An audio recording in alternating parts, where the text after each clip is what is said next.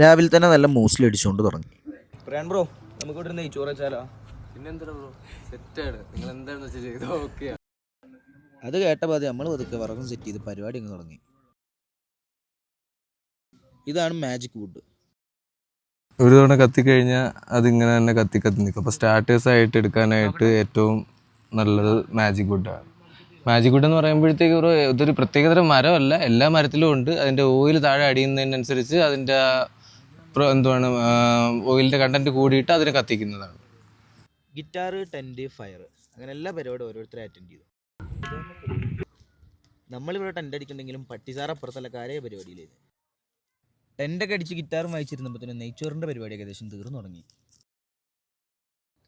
അങ്ങനെ food ready ആയപ്പോഴേക്കും കഴിക്കാൻ വേണ്ടി ഞങ്ങൾ റെഡിയായി. നല്ല കിടിലം വ്യൂ. എന്നീ ഈവനിങ്ങൾ എന്തെങ്കിലും സ്കില്ല് ഡെവലപ്പ് ചെയ്യാൻ ശ്രമിക്കാറുണ്ട്. ഇന്ന് വോളിബോളായിരുന്നു. പിന്നെ ചായ കുടിക്കാൻ ഇറങ്ങിയപ്പോൾ ഞങ്ങൾക്ക് നല്ലൊരു കമ്പനി കിട്ടി.